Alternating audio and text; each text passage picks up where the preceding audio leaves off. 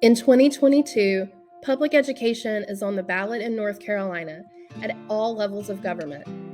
At the state level, North Carolina voters will be choosing all 170 members of the General Assembly, as well as 6 state judges. What can they do from Raleigh to help our school children all over North Carolina? The General Assembly has primary responsibility for education decisions and funding carried out by the Department of Public Instruction and local education authorities. In 2021, 67% of North Carolina education funding came from the state government. Every 2 years during the long session, the General Assembly and governor negotiate the state budget. If they cannot agree, funding levels are frozen. In the second year, during the short session, they can make adjustments to the budget. It includes the baseline allotment for each child in the state's public schools, as well as educator salaries before local supplements are added. The budget also includes state funding for public colleges and universities, including teacher preparation programs.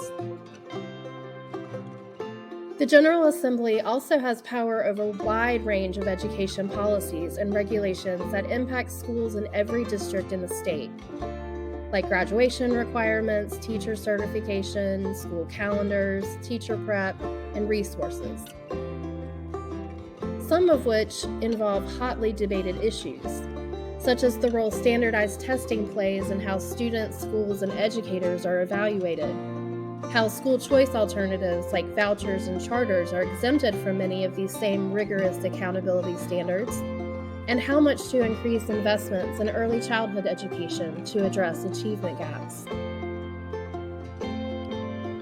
In North Carolina, state judges are elected and make important decisions about education, like the recent North Carolina Supreme Court case about the General Assembly's funding of the Leandro Plan to provide every child in North Carolina with a sound basic education.